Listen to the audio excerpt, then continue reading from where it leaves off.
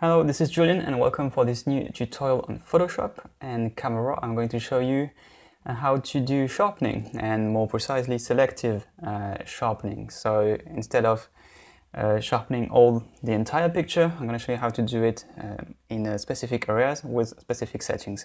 So this is my website. Don't forget to subscribe to the newsletter, which is at the bottom of the website, to get updates on new premium tutorials such as the art of portrait retouching, black and white workshop. So let's dive into it. I have two CR2 files, and this one it's been taken in Greece, and I want to get more details on the land here. It's an island, and obviously on the sea.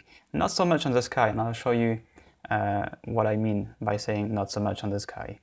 Usually you don't want to create artifacts on the sky. I'm going to show you just after. So this is the second photo we're going to be using. Flowers, I think it was the Hyde Park in London. So the flowers are in focus, and obviously the background is blurry, it's in the depth of field. So if you want to do sharpening on this kind of picture, you want what's in focus to get more details, but not the background because it's already blurry. So we have to select the area we want. So we got a couple of methods. I'm going to show you two. Maybe mix them together and see how it goes. So I'm going to open the first one. This is a CR2. So if I drop it in Photoshop, it's going to open Camera Raw because it's a raw file. So we can do sharpening in Camera Raw, and because Photoshop CC 2014 introduced Camera as a layer, you can actually launch Camera on any layer in Photoshop, but this is a raw file, so obviously Camera has been launched first. If you go on the third tab in the interface, you are going to see Detail and just below Sharpening. So this is how it works. Actually, most of the sliders are presented in the order the engineers think you should do the process. So basically, if you go to the basic panel, you should do the white balance first, then the temperature, then the tint, then the exposure, and so on. So it's actually the best order. I kind of disagree for the detail, like sharpening. I'm not sure you have to start with amount, because amount is actually based on the sliders just below. And it's kind of the other way around. If you go to masking and you press Alt, just look what's going on. It's going to show you what are the parts of the picture that are going to be affected by the sharpening. So before selecting any amount, any radius, any detail, you should actually choose where you're going to sharpen your picture. And if you look here, what I want is to get some sharpening on the land and the sea, and more specifically on the contrasty areas. This is where I want to get more detail. So first I should set up the masking by using the Alt key and the slider to have a preview of the areas that are going to be affected. Then detail, I'm going to zoom in on the sky for this. So with detail, again, Alt click. If you go all the way up to 100, basically detail works like this. It's going to tell the algorithm which area is considered as a contrast suitable for the sharpening. So if the detail is high, the threshold is going to be low, meaning any area with a little bit of contrast is going to be considered as contrasty, and therefore being considered as a detail and then sharpened. So something that is actually just plain blue, it's just the sky, there is no texture, right? There is no cloud. It's just a plain, well, kind of, there is a gradient, but it's kind of a very simple sky. There is no cloud, there is no texture. This should be solid, right? There is no texture, there is nothing to sharpen there. So you don't want to add artifacts in this sky because it's just plain. If you put the detail up to 100, any part of the sky that is a bit contrasty is going to be sharpened. And then you're going to have artifacts in the sky. So let me put the masking back to 0. Let me zoom in and look at this. This is the sky with 0 sharpening. Let me put the sharpening amount 100. So this is 0 and this is 100. Can you see the difference? It's just wrong. You don't want your sky to look like this, because any difference between 2 pixels is considered, oh, there is a difference, I need to sharpen this difference, I need to accentuate, I need to make it look, it's detailed. You don't want details in something that's supposed to be flat, right? So for the sky, I want no detail. And because I have masking, of course, I can add some detail. And because the masking is going to block the sky from being affected by the sharpening, then I can have detail on the land and the sea, not on the sky, because I use the masking. So when I was telling you, you should do the other way around with the slider. You should start with masking and then end up with amount. This is exactly why. If you select the masking properly, then if you put some detail after, it's not going to affect the sky because the sky is prevented, it's out of the masking area. Right, so the radius, let me zoom in on the land. And here we're going to tell camera, Photoshop, how two areas that show a contrast are going to be accentuated. So if you look at radius with the Alt key pressed, you can see that at 0.5, the radius is pretty low, obviously, so it means the contrast between a dark and a bright area is minimal. If I put the radius up to 3, this area is going to be expanded as if there was a stroke around the contrast areas. So usually it goes along with the size of the photo. So if your photo is huge, like you shoot with a, I don't know, Canon 5D SR, which is a 50 million pixel camera, so it's a huge file. Same for, I would say, I know, Sony A7R II. So big sensors, big pictures. Obviously the radius needs to be bigger, so you can see the effect of the sharpening. This is a Canon 6D, actually no, a Canon 550D. I was in Greece with a Canon 550D. I own a 6D, but sometimes when I go on vacation, I don't take my 6D with me because it's bigger, and I don't want to damage it. So in Greece, I did take the 550D. So it's not so big. I think it's 18 megapixels something. So obviously radius of 3 would be too much, so I would put 1.5. So once I've selected the masking, the detail and the radius, I can set the amount of sharpening, like how much I want the details to pop in the picture. So again, you can press the Alt key and you will see how it affects the picture. So don't go too far on the right of this on this setting, because then it's going to be compressed. We're going to see that this picture has been dramatically sharpened, and you don't want that. So very important, once you've set up all of this, try to look at your picture with 100% zoom, because this is how the picture will look at 100% based on this setting. If you put a zoom of 50% or even 25%, you won't be able to tell what your settings are doing, and therefore maybe you're gonna accentuate and exaggerate the setting because you can't even see it. And once you go to 100%, then all the details will pop and it will be too much. So for example, in here, I could say, well, it's not that sharp actually, so why not going to 150? Yeah, it's a bit better, maybe a bit more details, a bit more radius, because again, yeah, it doesn't look too sharp. So 25%, this looks okay. Now let's jump to 100%. And as you can see, it's just horrible because I have now all these details creating weird textures, creating artifacts on the edges. It's just horrible. So always look at 100%. So we're going to say 60, we're going to say 1, and details should be okay at 40. And the masking, again, I'll click. I want the sky to be out of the mask. And this is way better. So always look 25%. Now, what is the consequence of this?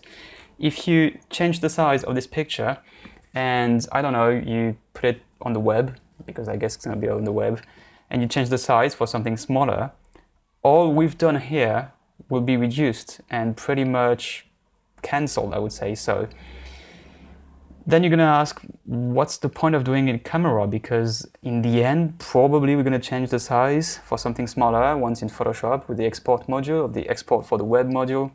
So, and you will be actually right. We should go in Photoshop, change the size, or actually change the size in camera, but you can't do it beforehand. So we should go to Photoshop, change the size, and then on the final size, apply these settings. So what you could do, if you don't want to do it in camera, you could just open the image without this setting, change the size, and launch Camera as a filter, which is available only from CC 2014. So this is one method using the camera sharpening algorithm, which is very powerful, but again, it has to be used in a very specific way. I think this way is a good one, and I'm saying all the others are wrong, but these sliders are definitely not in the proper order. Okay, so let's click done and switch to the other one. Again, it's a CR2, and I'm going to do this one only in Photoshop. So I'm going to skip camera, say open image. It's opening the file in 16 bits and ProPhoto RGB, as it should be for post-process with the raw file. So again, this photo, I have this area which is in focus, that the flowers are sharp, and the background is blurry. Obviously, it's a wide aperture, so that's why I have a shallow depth of field. So I would like to get my flowers sharp, or even, sharper, but I want the background to stay out of the focus and remain blurry.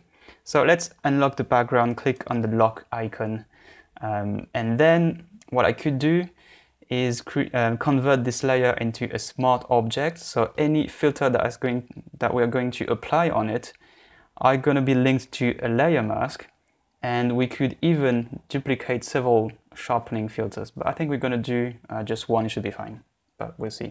So let's switch to filter and then sharpen, and then we have two options possible: smart sharpen or unsharp mask. Unsharp mask is in a way similar to what we have in camera. We've got an amount, a radius, and a threshold.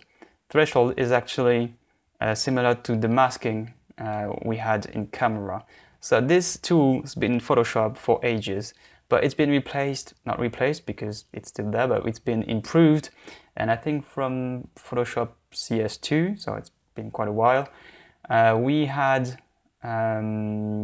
Smart Sharpen. Right, so this one is actually a bit more powerful because I have more details, I have more sliders. I can actually sharpen differently from the shadows than from the highlights, which is very clever.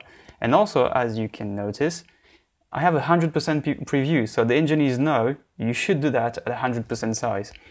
But if I do the Smart Sharpen now and then change the size, as I told you before, it's not that clever because it's going to reduce the effect, and you should do Smart Sharpening always at the final size. So if you want to do that, so if you know already which size you're going to be publishing the photo in, let's go to image size, and obviously keep a copy of the original one, but it's going to be a 72 dpi, and it's going to be, I don't know if you have a portfolio, if it's on Behance, if it's on a 500 pixel, if it's on Facebook, whatever, you should get the size as close as possible, if not the exact size. So let's say I'm publishing on my own website, I have a WordPress, and I know in my portfolio when people are clicking the photo, they're going to be open in a lightbox, for example, and it's going to be 1200 per 800, right? This is the final size, and this is how the people are going to be looking at this photo.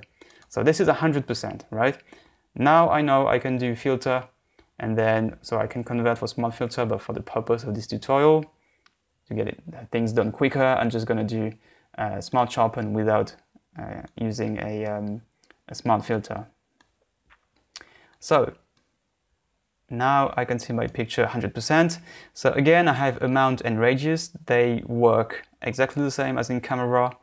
I can remove a bit of a lens blur. So if I moved and I have a bit of lens blur because of me moving while taking the picture, if I have like a slow shutter speed, this can be reduced with the remove lens blur. I don't have any in this photo, so that's fine. So for this photo, as you can see, I have an amount of 200% and radius 1 pixel. It's already quite nice. What I could do is just for the purpose of this tutorial, just increase it a little bit so you can see a little better. So we're gonna say 1.6. So it's a bit exaggerated, but again, because of YouTube compression and stuff, I want you guys to be able to have a look, a proper look at what I'm doing. So I'm gonna exaggerate a little bit, but obviously on your photos, just maybe go below 1.6. At 200%, it's quite a big setting. So again, if I wanted to fade the amount on the shadows, I could increase this here, and let me zoom in on this dark part here. If I say fade amount and the shadows, as you can see, in the shadows, the sharpening will be reduced. So it's a nice way to say I'm going to sharpen what's in the highlight, but not what's in the shadows. All right, so maybe let's say 20%. So I have a nice sharpening on the edges because they're bright, and not so much on the shadows.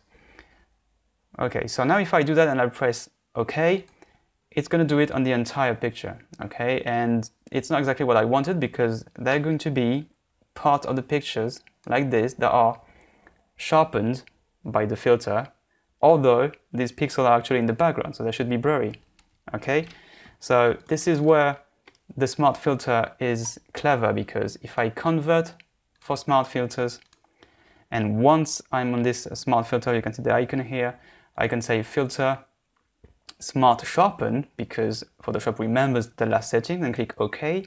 Now I have exactly the same result, but the smart sharpen is actually now on a layer mask, meaning I can say in white, I'm painting in white what I want to be affected by the smart filter, and I can paint in black what I want to remain original. So by default, everything is white, so everything is applied with the smart sharpen, which I don't want. I want the opposite. So I'm gonna click on the smart filter and press Ctrl I, and it's gonna be Command I on a Mac, obviously. So now the smart sharpen is nowhere because the layer mask is entirely black. So let me switch to the paintbrush. So shortcut is B. Okay, so brush tool. This is not a brush I want for what I want to do. And roughly, I'm going to paint in opacity 100% white on the mask. That's it. So now, let me zoom in. It's going to be better for you. This is the original, and now, as you can see, I'm painting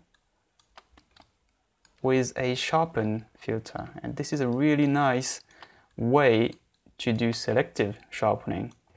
What I could have done is, because I have a smart filter, I could have used filter camera filter and used the method I showed you just before. So just choose the one you prefer, but because of the smart filter, it's a very powerful way to control where you're going to apply your sharpening. And in case of a photo like this, which got a very short depth of field, you actually have to do this if you want the photo to look better. So now we have a nice blurry background and very, very sharp flowers in the foreground, which is exactly what we wanted and exactly what I meant by selective sharpening. But remember, you have to think of it, do it at 100% size. If I do all of this on a big photo and then I reduce it to a web size, like from 5,000 pixels to 1,000 pixels, because of the interpolation of the pixels, it's going to reduce what I've done and pretty much cancel it. There's not much to be seen after this from the original sharpening process. So there is not a lot of tutorial where I see the author saying that the sharpening process should be done at 100% size, but it's actually the way it should be. So you open your picture. If you don't know the size of the final size of the photo, then just do it on the original on a smart filter, and then save it as a PSD. And once you know, you just change the settings. But if you know exactly what the size, go to image size, change the size, and then do the sharpening process after. So now you have two methods, one in camera, one purely in Photoshop.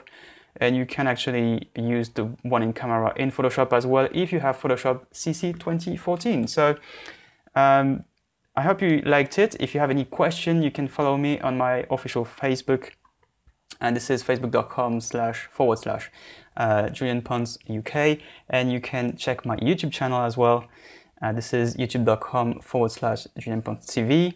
And obviously my official website, julienpons.com. Again, don't forget to subscribe to the newsletter. It's at the bottom of the website where you can get free updates and news about what I'm doing, new premium tutorials. And you can, of course, download the original CR2 files I've used in this tutorial if you subscribe for free on the website. So I hope you enjoyed it.